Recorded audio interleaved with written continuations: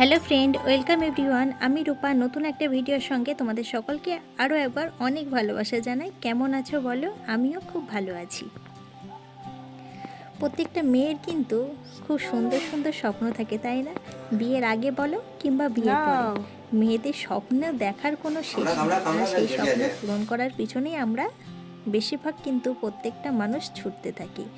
এটা কিন্তু ছেলেরাও যে কম ছোটে তাও না, সবাই কিন্তু স্বপ্নের লক্ষ্যের পথেই আমরা ছুটে চলি। তো আমাদেরও কিন্তু ছোট ছোট বেশ কিছু স্বপ্ন রয়েছে।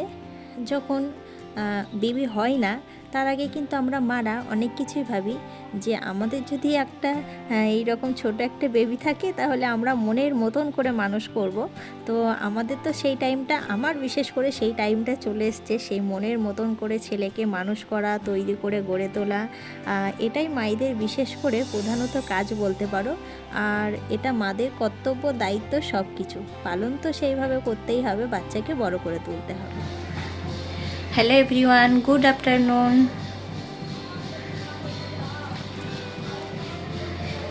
এই দেখো ফোনের আই প্রোটেক্টরটা তুলে ফেললাম, তারপর এখন ক্যামেরাটা কিন্তু খুব সুন্দর আসছে।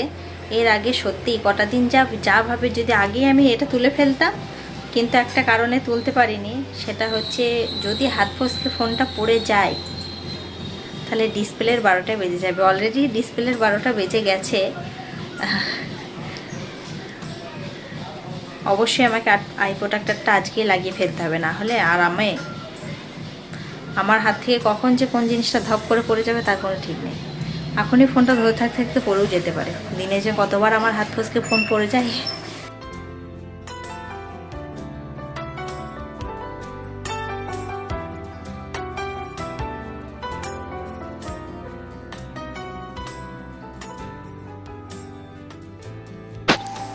প্রত্যেক বছর শিবরাত্রি পুজো উপোস করার আগে না গঙ্গা স্নানটা আমি কমপ্লিটই করে নিই।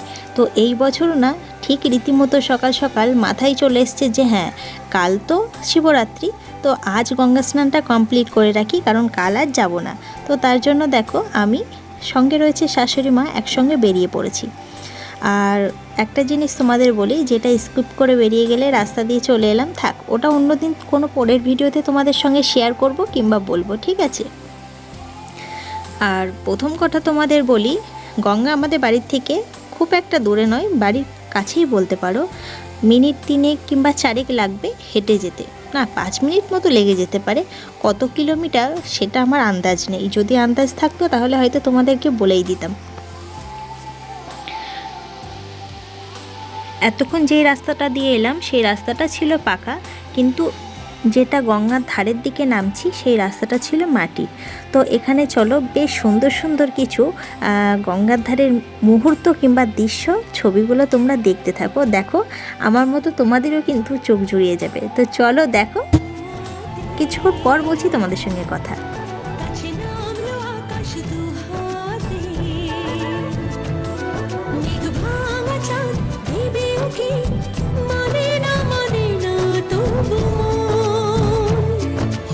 মধুরাত কত বাকি, মানে না মানে না মানে না দেরি মন হায়, আজ স্বপ্ন সুখের ছোঁয়াতে কাছে নামলো আকাশ দুহাতে।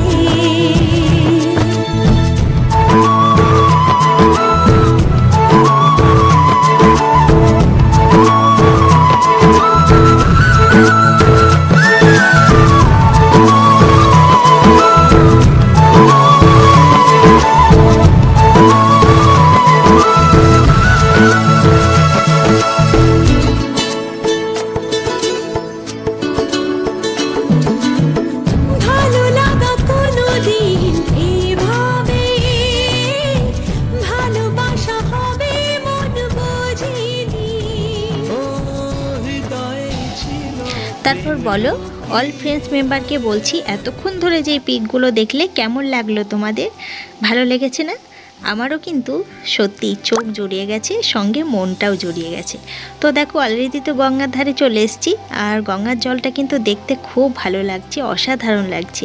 আর মাঝে মাঝে কিন্তু গঙ্গা স্নান করতে খুব ইচ্ছে হয় আর ভালো লাগে, কিন্তু সেইভাবে গঙ্গাতে আসা হয় না।